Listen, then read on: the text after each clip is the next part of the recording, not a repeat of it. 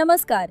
माझ्या महाराष्ट्रातील तमाम लाडक्या आणि प्रेमळ भगिनींनो, तुमच्या हक्काच्या सीमाताई न्यूजमध्ये मी तुम्हा सर्वांचे पुन्हा एकदा मनपूर्वक स्वागत करते.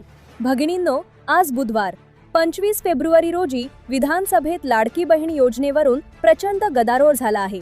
एकीकडे जानेवारीच्या हप्त्याचे वितरण सुरू असताना दुसरीकडे मुख्यमंत्र्यांनी दिलेल्या 2100 रुपयांच्या आश्वासनावरून विरोधकांनी सरकारला धारेवर धरले आहे. आजच्या या विशेष 5 मिनिटांच्या भागात मी तुम्हाला सांगणार आहे की तुमचा हप्ता 2100 रुपये कधी होणार आणि 57 लाख महिलांना या योजनेतून का वगळले जात आहे.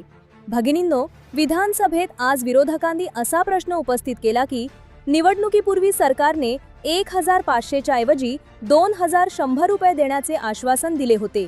उद्या राज्याचा अर्थसंकल्प सादर होणार आहे. विरोधकांचे असे म्हणणे आहे की जर सरकार म्हणतीये की आम्ही जे बोलतो ते करून दाखवतो, तर मग उद्याच्या अर्थसंकल्पात लाडकी बहीण योजनेचा हप्ता 2100 रुपये करण्यात यावा. जर हा निर्णय झाला तर मार्च महिन्यापासून तुमच्या खात्यात 2100 रुपये जमा होऊ शकतात. यामुळेच उद्याचा दिवस आपल्या सर्व लाडक्या बहिणींसाठी अत्यंत महत्त्वाचा ठरणार आहे.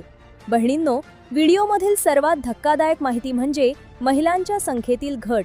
विधानसभेतील चर्चेदरम्यान असे सांगण्यात आले की सुरुवातीला या योजनेसाठी 2,53,00,000 महिला पात्र होत्या, परंतु आता विरोधकांनी असा आरोप केला आहे की जवळपास 57 लाख महिलांना विविध कारणे सांगून योजनेपासून दूर केले आहे. सरकारने सुरुवातीला 36,000 कोटी रुपयांची तरतूद केली होती, पण आता फक्त 32 ते 33,000 कोटी रुपयेच लागत आहेत. याचा अर्थ असा की अनेक बहिणींची नावे पात्र यादीतून कमी झाली असण्याची शक्यता आहे. म्हणूनच तुमची ई-केवायसी आणि अर्जाची स्थिती तपासणे आता अनिवार्य झाले आहे. राज्यावर कर्जाचा डोंगर वाढत आहे असा मुद्दाही विधानसभेत गाजला, परंतु विरोधकांनी स्पष्टपणे सांगितले की हे कर्ज लाडक्या बहिणींमुळे वाढलेले नाही.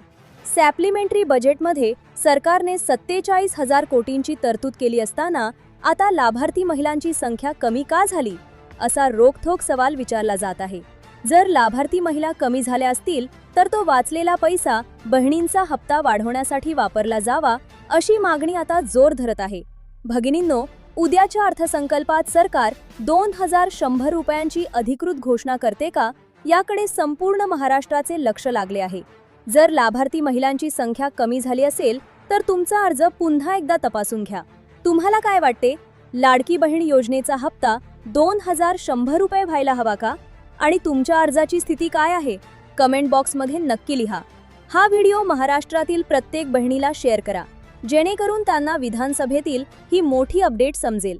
अशाच खात्रीशीर बातम्यांसाठी आपल्या सीमाताई न्यूज चॅनलला सबस्क्राईब करायला विसरू नका. धन्यवाद.